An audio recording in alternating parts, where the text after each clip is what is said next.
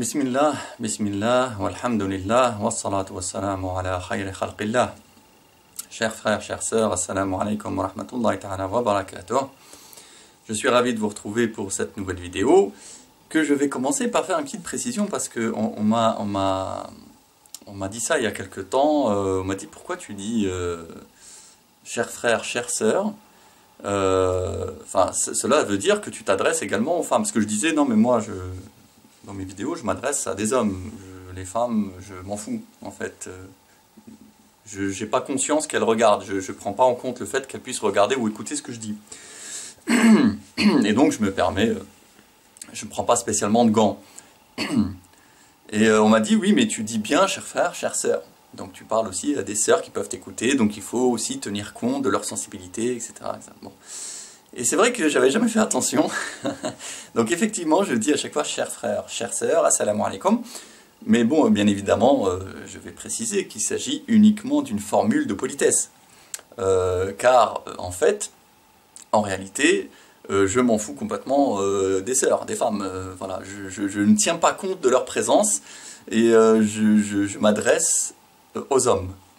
C'est à eux que je m'adresse. Quand je m'exprime, je pense dans ma tête que je suis écouté par des hommes. Voilà, il ne me vient pas à l'idée que des femmes puissent m'écouter.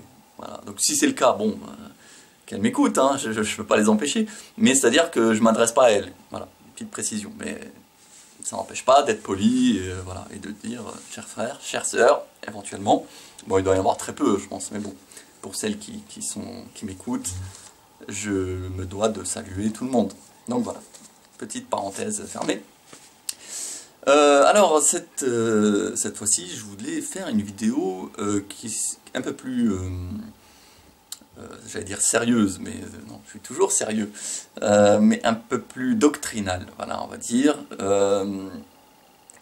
Toujours sur le rapport en fait entre tradition et modernité, parce que pour moi c'est là que se joue aujourd'hui la ligne de fracture, c'est là qu'elle est, c'est là que se joue le combat essentiel.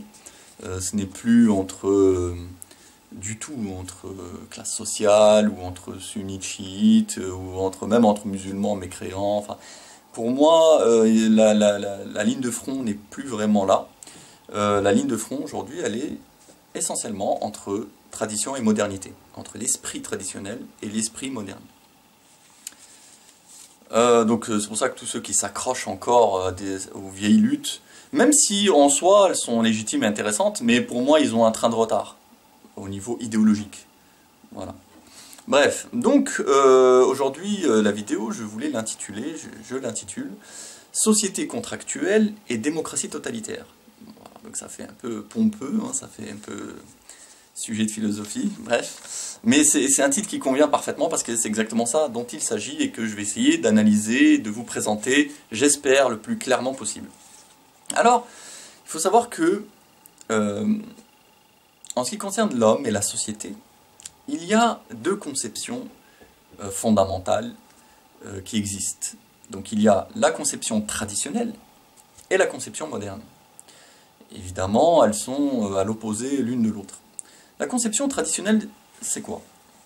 Bon, c'est une conception classique, traditionnelle, qui remonte à l'Antiquité, enfin, et de tout temps en vérité, qui a été beaucoup formalisée dans le monde chrétien par Aristote, enfin, dans le monde antique, européen, dans l'Antiquité grecque par Aristote, puis dans le monde chrétien par la suite par saint Thomas d'Aquin chez eux, mais qui se retrouve, en fin de compte, quasiment de la même manière, également dans les sociétés islamiques et dans toutes les sociétés traditionnelles en vérité.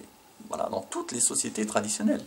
On peut les comparer avec évidemment des petites nuances par-ci par-là, mais globalement c'est le même esprit et la même conception.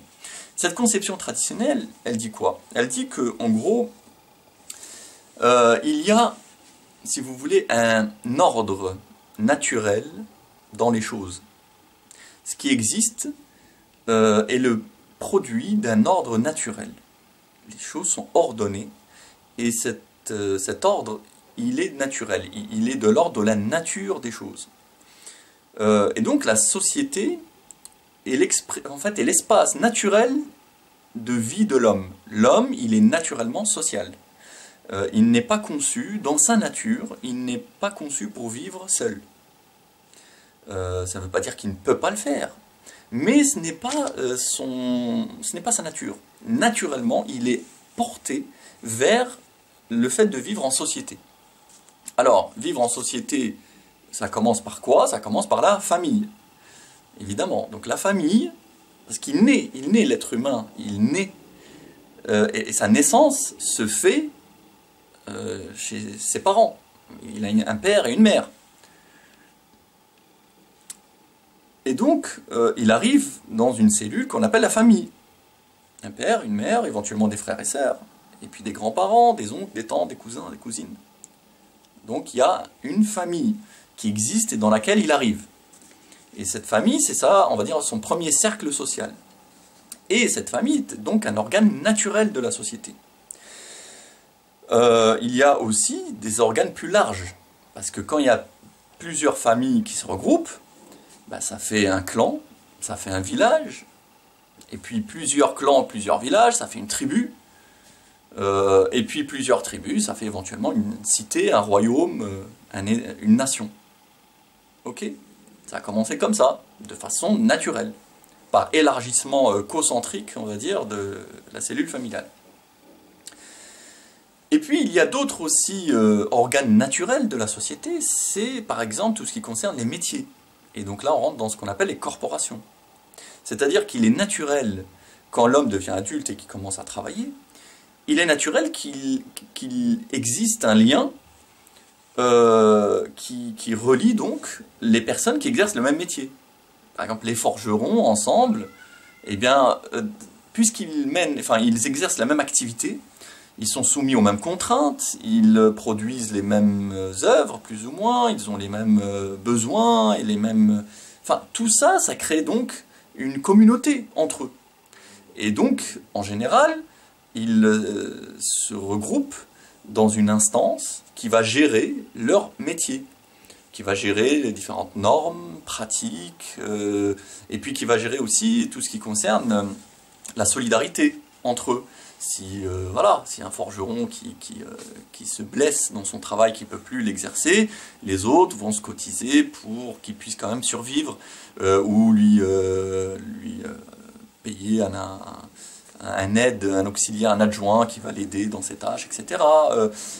S'il y a... Enfin voilà, il y a une communauté professionnelle naturelle qui se crée. Voilà, les boulangers entre eux, les bouchers, les forgerons, les tanneurs, et que sais-je. Bon. Donc, il y a les organes naturels, socio-naturels de sang, la famille, le clan, la tribu, et il y a les organes, on va dire, naturels politiques, que sont donc, plus ou moins le village, la cité, le royaume, enfin, la nation, et il y a les organes sociaux naturels dans le domaine professionnel, qui sont donc les corporations de métier. Tous ces organes sociaux forment ensemble la société humaine, une société organisée, hiérarchisée, ordonnée. Et ce qui est très important, c'est que dans la conception traditionnelle, eh bien, tous ces organes sont naturels à l'homme. Et donc, leur fonctionnement est également naturel. Il est régi, la plupart du temps, par un ordre moral et traditionnel qui vise le bien commun. Parce qu'il y a quelque chose de très important. Donc, bien commun, c'est très important à retenir. Mais il y a aussi un élément très important, c'est que dans ces organes sociaux naturels, ce qui lie les gens entre eux, c'est évidemment le sang, pour une partie de ces organes, mais au-delà même aussi du sang, il y a un lien qui est nommé donc, chez les auteurs classiques d'amitié politique. Voilà. Il y a une amitié politique, c'est-à-dire un lien affectif, disons-le clairement, une volonté de faire du bien à l'autre, une volonté de rechercher donc le bien commun, un bien qui nous relie, un bien qu'on va ériger ensemble en respectant un ordre. Donc il y a une dimension morale dans la société et une dimension affective dans le lien qui lie les gens entre eux. Ça c'est très important et c'est la base de toute la conception traditionnelle de la société. D'accord? C'est que c'est naturel, on vise le bien commun, et on est relié par un lien d'amitié politique, donc de fraternité, on va dire. Bon. Ça, c'est très important. Parce que, par exemple, cette histoire de lien affectif, de lien d'amitié, eh bien, quand on le perd, quand il n'existe pas, on se rend compte qu'il n'y a plus grand-chose qui puisse réellement bien fonctionner. Il y a plus grand-chose qui puisse réellement durer, également. C'est-à-dire que quand on commence... Enfin, je veux dire, c'est évident, mais on n'y pense pas beaucoup, je trouve. Quand on ne s'aime pas entre nous, eh ben, on ne peut plus vivre ensemble. C'est aussi simple que ça. Ça ne peut pas fonctionner. Quand dans une famille, les gens qui composent cette famille ne s'aiment pas, eh ben, cette famille elle va éclater. Elle va exploser à un moment ou à un autre. Quand dans une entreprise, les gens ne s'aiment pas entre eux, eh ben, tôt ou tard, cette entreprise va péricliter. Il y aura des conflits, des problèmes, de la triche, du sabotage, voilà, tout un tas de problèmes qui vont émerger, qui vont faire couler la société. Et on voit plein d'exemples. Par exemple, aujourd'hui, plein d'exemples d'associations, par exemple. Dans une association dont les membres ne s'aiment pas entre eux. Alors je dis ne s'aiment pas, c'est un euphémisme, hein, parce que maintenant on en est au stade où très souvent les gens se détestent même. Se détestent. Il y a des rancœurs, des jalousies, des envies, des haines, parfois très fortes. Et donc, il y a plein d'associations qui ont coulé à cause de ça. Il y a plein de projets qui ont coulé à cause de ça. Plein. Regardez par exemple Baraka City qui était monté en flèche et ça se termine à coup de procès au prud'homme. C'est malheureux. Parce que, et dans beaucoup d'autres, hein, bon je cite celle-là comme ça de tête, mais... il y a énormément des partis politiques qui finissent par se fracturer pour des problèmes d'ego et de personnes, la plupart du temps, enfin très souvent, auxquels évidemment viennent se greffer d'autres choses, mais il y a un fond qui pose un énorme problème. Et l'être humain il sera forcé de comprendre à la fin que si on ne s'aime pas entre nous, ça ne peut pas marcher, ça ne peut pas fonctionner. Et ça, dans la conception traditionnelle, c'était pris en compte et c'était très important. Ce lien d'amitié politique entre les gens, dans les différents organes sociaux naturels. C'est-à-dire qu'on est relié par un lien naturel qu'il faut cultiver qu'il faut cultiver dans un esprit d'amitié, de fraternité, d'amour réciproque, pour chercher le bien commun. Et c'est ça le bien commun. Et c'est extrêmement différent, je vais y revenir après, de l'intérêt général. C'est là le basculement c'est là où il y a un basculement qui a eu lieu, c'est qu'on est passé du bien commun à l'intérêt général. L'intérêt général, c'est pas le bien commun parce qu'il n'y a pas cette dimension morale et d'amitié et de fraternité qu'il y a dans le bien commun. C'est très différent. Alors, voilà à peu près donc la société traditionnelle, la conception traditionnelle de la société, elle énonce cela. Et donc, qu'est-ce qui se passe? Il se passe que tous ces organes naturels, donc la famille, je répète, la famille, le clan, la tribu, la cité, le village et la corporation de métier. Grosso modo, c'est ça. C'est cette société-là, qui est naturelle, qui fonctionne de façon naturelle et traditionnelle, en vue de la justice et du bien commun, eh bien, elle aura tendance à fonctionner, à trouver naturellement son point d'équilibre et ses règles de fonctionnement pour satisfaire tout le monde et pour que les choses fonctionnent de manière harmonieuse. Ce qui fait que l'État, l'autorité, et notamment le roi par exemple, le roi ou le prince, le chef, mais on va rester sur le roi, par exemple, que ce soit un roi d'une petite cité-État ou d'un grand royaume, mais ça revient au même. Qu'est-ce qui se passe? C'est que le roi n'a pas vraiment besoin, il n'y a pas vraiment matière à ce qu'il s'ingère dans le fonctionnement de la société. Donc les États, dans le monde traditionnel, c'est-à-dire dans l'Antiquité et le Moyen-Âge, notamment, enfin, on va dire jusqu'à la Révolution française, en fait, pour ce qui concerne l'Europe. L'État n'a pas besoin de beaucoup s'immiscer dans le fonctionnement de la société. Parce qu'elle se gère elle-même. Elle fonctionne très bien elle-même, toute seule, de manière naturelle. Donc, il y avait très peu de lois. Il y avait très peu de police. Il y avait très peu de réglementations qui vous écrasaient, qui vous intimaient l'ordre de faire comme ci, pas comme ça. C'était très peu présent. Les choses fonctionnaient naturellement à travers des structures naturelles de la société, que ce soit donc dans les corporations de métiers qui se géraient elles-mêmes, que ce soit dans les familles, dans les villages. Les choses étaient réglées par elles-mêmes. Et quand il y avait des litiges, des conflits, des problèmes, il y avait un arbitrage naturel et qui se faisait en général, qui était géré par les anciens, qui étaient dépositaires de la sagesse, des traditions, des coutumes, des usages, et qui étaient les garants un petit peu de la transmission de cela. Et donc à qui on se référait quand il y avait éventuellement des problèmes. Je ne dis pas que dans la société traditionnelle, tout était parfait et idyllique. Il y avait aussi des voleurs, des tricheurs, des menteurs, ça existait de tout temps. Mais premièrement, il y en avait très peu. Et deuxièmement, on réglait ça très bien. Voilà. Et de façon surtout légitime. En se basant donc toujours sur cette recherche de justice, de bien commun, de lien, de fraternité, d'amitié politique, et donc de perpétuation de la tradition dans ce genre de cas. Bon. Donc la société fonctionnait très bien toute seule. Il n'y avait pas besoin de beaucoup de lois. Il n'y avait pas besoin que l'autorité politique intervienne dans la vie quotidienne des gens. Vous voyez, il y avait une certaine autonomie de la société. Il y avait une société qui existait de façon naturelle, que tout le monde comprenait, que tout le monde admettait. Et donc le roi, il exerçait un pouvoir de souveraineté, un pouvoir, on va dire, plutôt symbolique. Et puis bon, il réglait plutôt les affaires de guerre, de paix, il levait l'impôt, évidemment, on lui faisait allégeance, mais je veux dire, dans la vie quotidienne des gens, l'État ne se faisait pas vraiment sentir. Il avait un rôle tout à fait minime, mineur, assez lointain même. Et les choses fonctionnaient très bien. Vous voyez, ça c'est très important, c'est une notion qu'on a complètement oubliée aujourd'hui.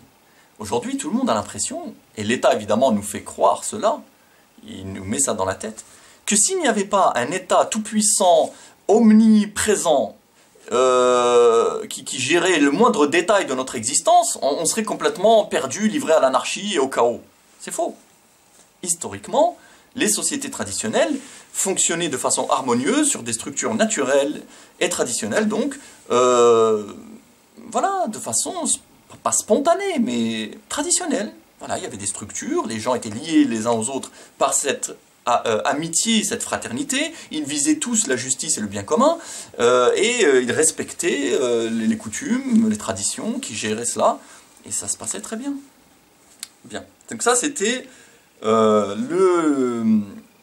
conception traditionnelle de la société. Face à cette conception traditionnelle, il y en a eu une autre qui a émergé, donc à partir plus ou moins, on va dire, de la Renaissance, mais surtout du XVIIe siècle, avec Descartes, etc., et encore plus au XVIIIe, avec tout ce qu'on appelle, ce que eux appellent les philosophes des Lumières, qui sont en fait les philosophes des ténèbres, les philosophes du shaitan. Donc ces gens-là ont mis en place une conception moderne. Alors bon, il y en a qui relient ça à des anciennes conceptions philosophiques présocratiques, etc. D'autres qui relient ça à Épicure notamment, bon bref. Mais globalement, tout ça a été complètement éteint et a ressurgi donc à partir du XVIe, XVIIe, XVIIIe siècle. Là, en gros, la Renaissance et l'époque de ce qu'ils appellent les Lumières. Et cette conception moderne, qu'est-ce qu'elle dit? Elle dit tout le contraire. Elle dit que l'homme n'est pas un être social, naturellement social.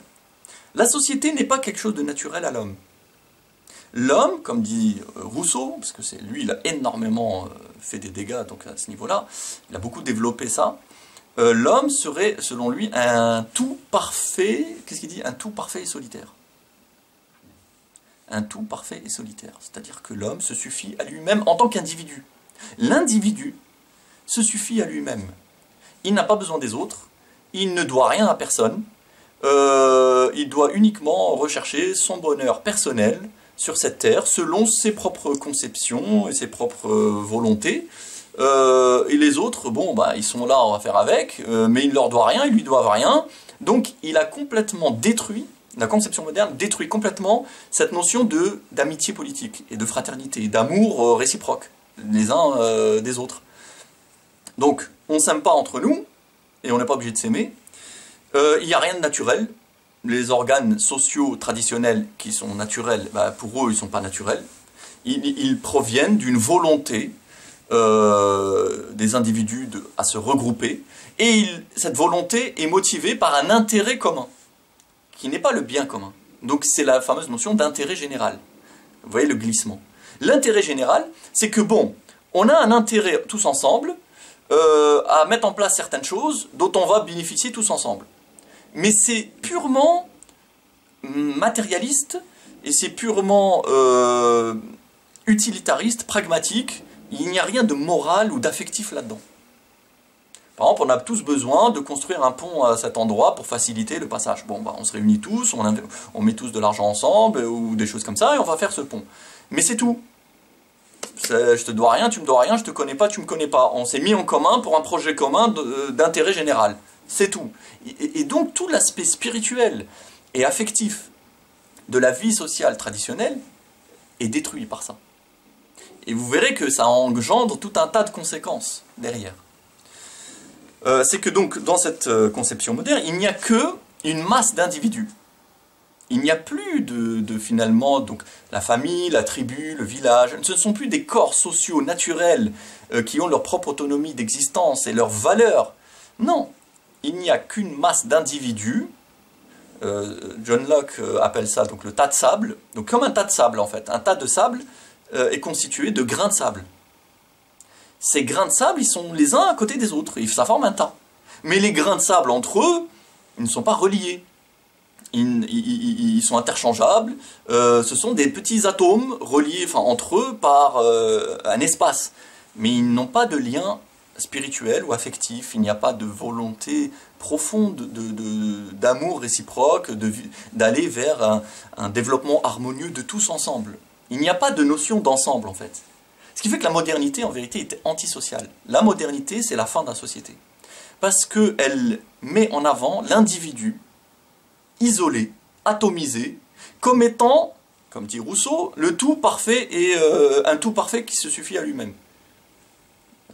Un tout parfait, un parfait et qui se suffit à lui-même. Bon, donc voilà, il n'y a que des individus qui sont les uns à côté des autres, qui font des choses ensemble parce que c'est l'intérêt général, mais c'est tout, il n'y a rien d'autre que ça. Donc ça, c'est la conception moderne. Et du coup, qu'est-ce qui se passe? Il se passe que ce qu'on va faire ensemble, ça ne sera plus quelque chose de naturel, mais ça sera quelque chose de librement consenti par un contrat, et formalisé dans un contrat. Et donc c'est le fameux contrat social de Rousseau.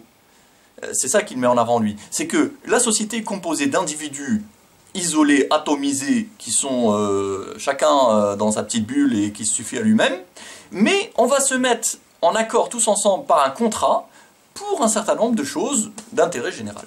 Par exemple, défendre les frontières, mettre en place des infrastructures, bon, des choses comme ça, ok.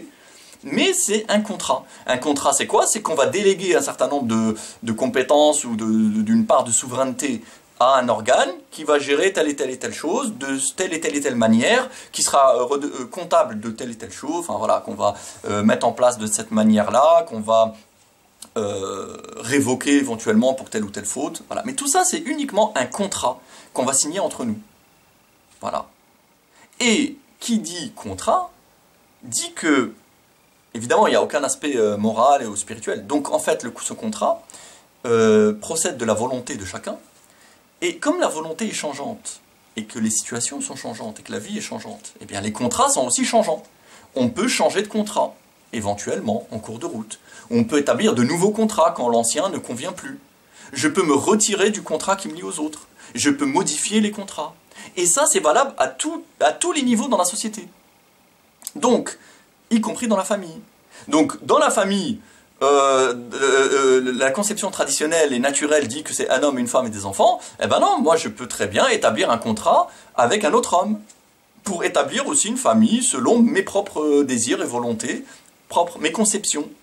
Et donc, j'estime que l'État doit me garantir la possibilité de bâtir ce contrat-là. Puisqu'il procède d'une volonté, si vous voulez, d'un libre choix, voilà, mais du consentement des deux parties. s'il y a deux parties qui consentent librement à établir un contrat entre eux en vue de se mettre ensemble et de l'État doit le garantir. Et il a autant de valeur que le contrat qui lie un homme et une femme selon le mode traditionnel. Dans la conception moderne, ça a autant de valeur. On s'en fout, tout est une question de contrat. Vous voyez, il y a des répercussions très très importantes. Après, au niveau des enfants, au niveau de beaucoup de choses. Donc, on perd complètement, dans la notion moderne, il n'y a plus d'amitié politique, il n'y a plus donc de sentiments affectifs, de volonté de faire du bien à l'autre. Il n'y a plus de bien commun, c'est l'intérêt général, qui est purement matérialiste et dépourvu de tout sens moral ou spirituel. Et tout est régi par des contrats, uniquement, donc, y compris au niveau politique. Donc c'est pour ça que le roi, il faut qu'il dégage. Hein, parce que lui, soi-disant, il vient par une volonté divine, et il est le garant de la tradition, de la morale, de la vertu, de ceci, de ça, tout ça, on s'en fout. Donc ça saute, ça dégage, on met en place la République. La République qui est un contrat, le contrat entre l'État et le peuple. Et ce contrat, ça s'appelle comment? La Constitution. La Constitution, c'est le contrat qui lie le peuple et l'État qui est au-dessus de lui. Voilà, et qui exerce le pouvoir. Et du coup, qu'est-ce qui se passe? Dans la conception moderne, puisque la société n'est composée que d'individus atomisés, qui ne sont reliés entre eux que par des contrats d'utilité et d'intérêt général. Le tout géré et chapeauté par un État. Bon. Eh bien, toutes les structures traditionnelles et naturelles doivent être explosées, doivent être éclatées, liquidées. Pourquoi? Parce que ce sont toutes des structures, si vous voulez, qui représentent quelque part un frein à la liberté, qui représentent un obstacle à la volonté de l'individu.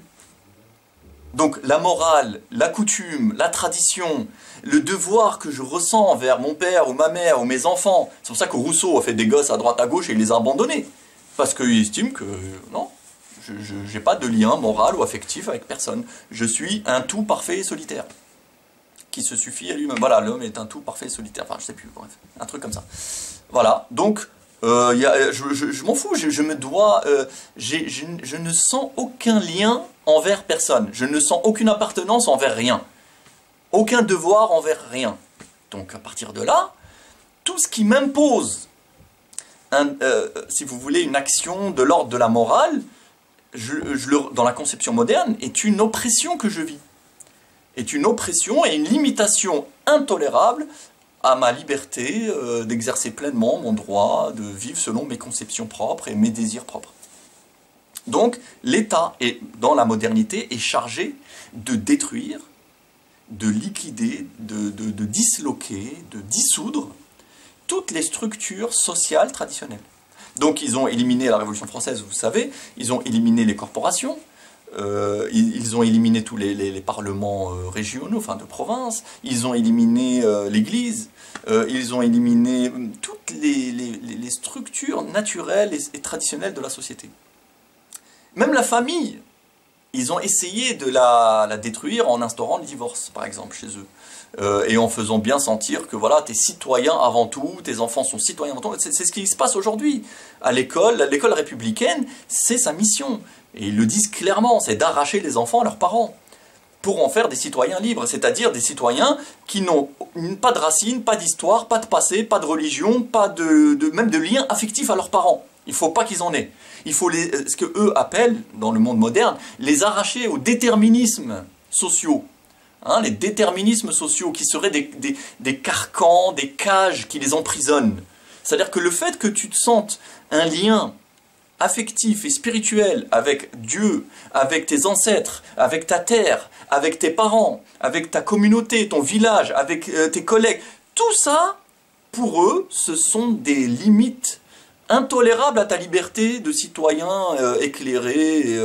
Voilà. Donc, ça doit être détruit. Et c'est exactement ce qu'ils ont fait.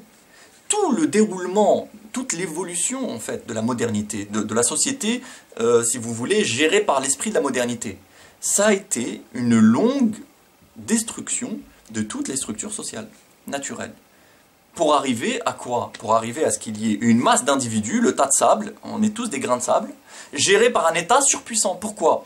Parce que du coup, comme on est lié que par des contrats, mais en fait, il y a des contrats dans tous les sens, à tous les niveaux, à toutes les échelles. Enfin, ça devient... Et là, qu'est-ce qui se passe? Ben, l'État, il n'y a plus rien. Déjà, il n'y a plus rien entre le citoyen et l'État. toutes les strates intermédiaires qu'il y avait avant, qui étaient autonomes et qui géraient les choses, tout ça a été balayé, donc il n'y a plus que l'État et le citoyen, et rien entre eux. Et comme tous les citoyens sont régis par des milliards de contrats dans tous les sens, on doit tout réglementer. On doit tout réglementer puisqu'il n'y a aucun lien traditionnel et moral et naturel entre les gens. Donc l'État doit dire, toi tu dois faire ça comme ça, mais tu ne dois pas trop faire ça comme ça, toi tu t'arrêtes à ce niveau-là et tu dois demander l'autorisation de faire ça, comme ça, à telle structure qui doit gérer le fait que lui, il doit... Et toute la société a commencé à devenir de plus en plus complexe. La loi a commencé à prendre des proportions gigantesques. Gigantesques. Il faut savoir que je sais pas moi, au XVIIIe siècle, il y avait très peu de lois. Et dans toutes les sociétés traditionnelles, il y avait très peu de lois. Les lois, c'était en gros, t'as pas le droit de tuer, de voler, de trahir les tiens, de tromper, enfin de convoiter la femme de ton voisin. T'as pas le droit de... Enfin voilà, enfin je veux dire, les lois, toutes les lois ensemble, il y en avait, allez, peut-être, je sais pas, 100, 150, 200, 300 lois, que tu pouvais limite apprendre par cœur assez facilement. Il y avait très peu de lois, parce que les choses étaient gérées de façon harmonieuse et naturelle. Mais depuis qu'on a depuis que la modernité s'est imposée, donc à partir de la Révolution française, on a commencé à faire des lois, des règlements, des décrets, des machins, des trucs, et de plus en plus, et de plus en plus. Après, on a fait des codes de loi, parce qu'on les a empilés. Alors, le code civil, le code pénal, le code du travail, le code du commerce, le code rural, le code de l'urbanisme, le code fiscal, des codes et des codes et des codes, et les codes, ils ont commencé à grossir. Et maintenant, ils font des milliers de pages. Il y a des dizaines de codes qui font chacun des milliers de pages. Il y a des millions de lois dans tous les sens. Plus personne peut les connaître. Hein, quand on vous dit nul n'est censé ignorer la loi, franchement, c'est une blague.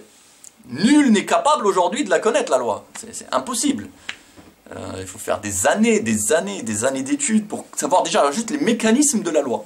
Je ne parle même pas de la loi elle-même. Et il y a une inflation de la loi.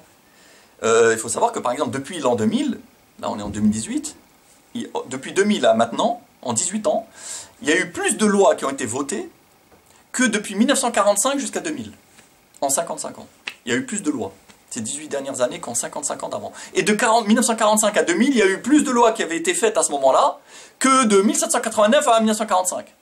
Et ainsi de suite. Et de 1789 à 1945, il y a eu plus de lois que de l'Empire romain à 1789. Vous voyez, il y a une inflation continuelle de la loi, exponentielle de la loi. Et c'est obligé, parce que s'il n'y a plus que l'histoire de contrat, eh bien les situations sont de plus en plus complexes, il y a des exceptions, il y a des ceci, il y a une évolution de la vie, enfin des éléments matériels de la vie sociale, auxquels il faut répondre. Voilà, aujourd'hui par exemple, on entend de plus en plus le droit numérique, le droit sur Internet, et comment on gère ça, le droit à l'image sur Internet, est-ce qu'on a le droit de ceci, la propriété intellectuelle, et des lois, et des lois, et des lois, et des lois. Et l'État, il devient petit à petit une puissance de plus en plus omniprésente. Et là, aujourd'hui, on arrive, c'est pour ça que j'ai appelé cette vidéo « Société contractuelle et démocratie totalitaire ». C'est-à-dire qu'on arrive à une situation où l'État gère le moindre petit aspect, le plus minuscule de notre existence. Il y a 1 milliard de lois dans tous les sens. L'État surveille, contrôle, réglemente tout. Il faut que rien lui échappe. Rien ne doit lui échapper. Déjà, rien ne doit lui échapper parce qu'il est soumis à la nécessité de gérer donc, cette contractualisation de la société. Et rien ne doit lui échapper, évidemment, parce que idéologiquement, il ne supporte pas qu'une autorité traditionnelle et morale puisse survivre à côté de la sienne. Il faut qu'il dynamite tout, et qu'il ne reste que, comme je vous ai dit, un tas de sable et lui au-dessus, qui gère tout. Bon, après, évidemment, il s'agit de savoir qui y a au-dessus de lui-même. Et là, vous savez par qui ça a été mis en place tout ça, et dans l'intérêt de qui, et qui chapeaute que... Enfin bref, on ne va pas rentrer dans 1 milliard de trucs. Donc, voilà. Alors, la dernière évolution, et là c'est encore plus formidable, c'est que, on va dire que bon, la modernité qui a démarré plus ou moins au niveau politique en 1789, mais avant ça on peut même remonter à la déclaration d'indépendance américaine, dans laquelle par exemple on fait figurer le fait que chaque citoyen a, enfin que l'État doit garantir la possibilité pour chaque citoyen de mener à bien la recherche du bonheur. la recherche du bonheur, ça devient une valeur constitutionnelle, quoi. Et là, c'est là où on voit voilà, le basculement, vous voyez, entre le monde traditionnel et le monde moderne. Dans la tradition, le bonheur individuel, ça voulait strictement rien dire. Il y avait plutôt une primauté du bien commun, de la recherche du bonheur collectif. Et pas que du bonheur collectif, en fait de la justice, de la bonne tenue, de la vertu collective, du fait que les choses fonctionnent bien, dans le bien, avec Dieu qui regarde, voilà. Et après c'est devenu, bah non, moi je suis tout seul, en moi-même, je m'en fous des autres, j'ai rien à voir avec les autres, donc je recherche mon bonheur personnel, et l'État doit me le garantir. Voilà. Donc, bon, à partir de la mise en place de cette modernité politique, qui donc, comme vous pouvez le constater par mes explications, ne peut que déboucher sur, en fin de compte, une dislocation totale de la société, ce qui fait que il n'y a plus de société dans le sens où il n'y a plus de lien entre les gens. Il n'y a plus qu'un lien contractuel et pragmatique. On ne fait pas une société avec ça. Vous voyez, voilà, ça devient finalement... voilà, des atomes qui sont près les uns des autres et qui sont régis par un État qui veille à ce qu'il n'y ait pas trop de collision. Voilà, grosso modo. Et puis bon, on se met d'accord sur certaines questions, donc c'est la démocratie. C'est ça la démocratie. La démocratie, c'est qu'on réunit tous les atomes de temps en temps et on leur dit, bon, on fait comment? On fait comme ça, on fait comme ça. Bon, alors s'il y a plus de 50% qui dit on fait comme ça, bon, bah on fait comme ça. Soi-disant, hein, parce qu'évidemment... hein, si les puissants, ça ne les arrange pas ce que les gens ont dit, bon, ben, on présente les choses autrement, on refait le vote, enfin bref. Donc, voilà, le système démocratique est un système, finalement, antinaturel, antisocial, où les atomes, les êtres humains atomisés et isolés, finalement, s'expriment pour essayer de trouver un intérêt général, mais qui est complètement dépourvu de toute morale et de tout lien affectif. Et donc, bon, on va dire dans la première phase de la modernité politique, l'État, on va dire, garantissait quand même, malgré tout, néanmoins, un intérêt général, on va dire les intérêts supérieurs du citoyen et de la nation. D'accord? Notamment face aux autres États. Donc, il garantissait la souveraineté nationale, il garantissait les intérêts économiques, par exemple, de la nation. Il essayait de promouvoir, enfin, voilà, d'augmenter, de développer les infrastructures du pays, etc. Bon, alors on peut se dire, c'est quand même pour le bien des gens, finalement. Même si c'est faux en vérité, et que c'est fait, mais même s'il y a des bons résultats, ça reste malsain dans la base philosophique, dans le fondement philosophique est malsain de toutes les manières, donc c'est pas durable et ce n'est pas si appréciable que ça. Mais bon, admettons quand même qu'il y ait quand même un résultat global, enfin plus ou moins positif sous cet aspect. Mais la dernière phase de l'évolution de la modernité politique, c'est que petit à petit émergent des grandes sociétés, des grandes compagnies multinationales qui représentent des intérêts privés. Et ces grandes multinationales deviennent de plus en plus embêtées, entravées par la multitude de lois et de règles que l'État a mis en place. C'est-à-dire que finalement, les grandes sociétés multinationales se disent « ouais, mais ça nous embête quand même, tous ces règlements, toutes ces règles, on ne peut pas produire comme ça, il faut produire comme ci, les salariés, les droits de ceci, les droits de cela, les retraités, l'environnement, il faut recycler ci, enfin... » Tout ça, ça crée un environnement législatif et réglementaire qui embête de plus en plus les grandes sociétés multinationales.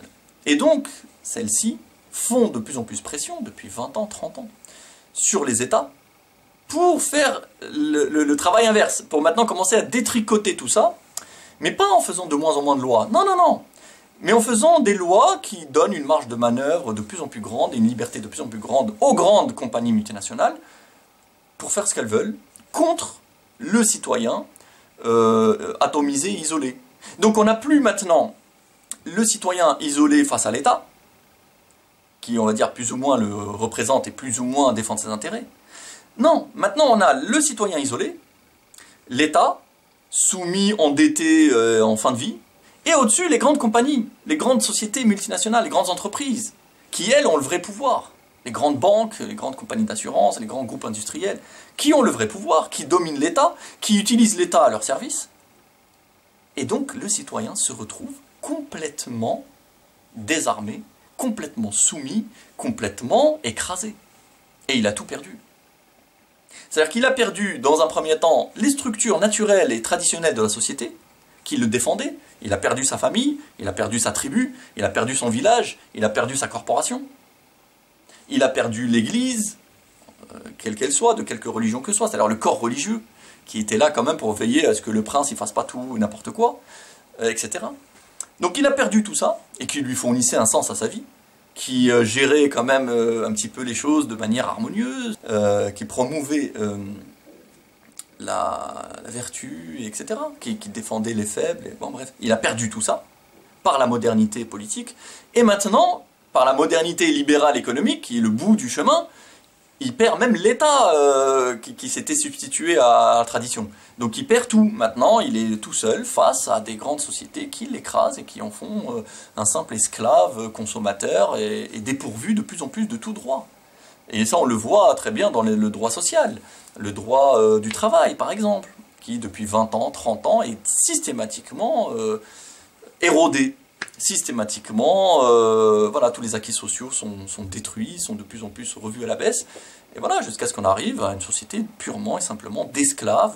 C'est ça qui est marrant, c'est que au nom de la liberté, on va devenir des esclaves à un niveau jamais atteint dans l'histoire. On sera 1000 fois plus esclaves dans la modernité absolue que ne l'étaient nos ancêtres, alors que tout ce processus a été fait au nom de la liberté, de la libération. C'est-à-dire que pour nous libérer de nos traditions, on finit par nous plonger dans un état d'esclavage absolu. Voilà. C'est un peu l'ironie de l'histoire, mais bon, je dirais, c'est finalement ce qu'on mérite. Hein, l'être humain, voilà, qui se croit malin, qui veut faire fi de la nature, et qui dégénère tellement qu'il termine dans un chaos complètement destructeur de sa vie. Mais pour vous dire que ce n'est pas anodin, parce que comme on a contractualisé les choses, comme je vous ai dit, bah, la famille, on peut changer de contrat.